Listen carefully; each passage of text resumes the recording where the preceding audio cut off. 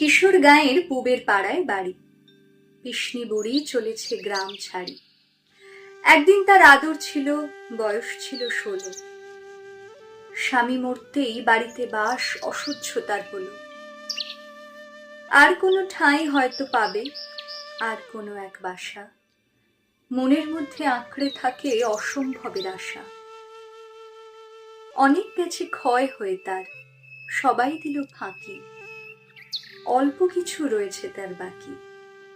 তাই দিয়ে সে তুল্য বেঁধে ছোট্ট বোঝাটাকে, জড়িয়ে কাঁথা আঁকড়ে নিল কাঁখে।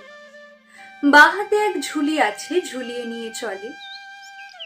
মাঝে মাঝে হাঁপিয়ে উঠে বসে ধুলির তলে। শুধাই যবে কোন দেশেতে যাবে, মুখে ক্ষণিক চায় সকরুণ ভাবে। কয় সে দ্বিধায়, কি জানি ভাই, হয়তো আলমডাঙ্গা, হয়তো শানকি ভাঙা, কিংবা যাব পাটনা হয়ে কাশি। গ্রাম সুবাদে কোন কালে সে ছিল যে কার মাসি, মণিলালের হয় দিদিমা, চুনিলালের মামি। বলতে বলতে হঠাৎ সে যায় থামে। স্মরণে কারো নাম যে নাহি মেলে, গভীর নিঃশ্বাস ফেলে চুপটি করে ভাবে, এমন করে আর কতদিন যাবে। দূর দেশে তার আপন জনা, নিজেরই ঝঞ্ঝাটে তাদের বেলা কাটে। তারা এখন আর কি মনে রাখে এত বড় অদরকারিটাকে।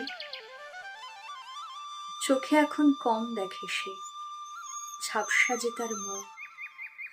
ভগ্ন শেষের সংসারে তার শুকনো ফুলের বন। স্টেশন মুখে গেল চলে, পিছনে গ্রাম ফেলে। রাত থাকতে পাছে দেখে পাড়ার মেয়ে ছেলে।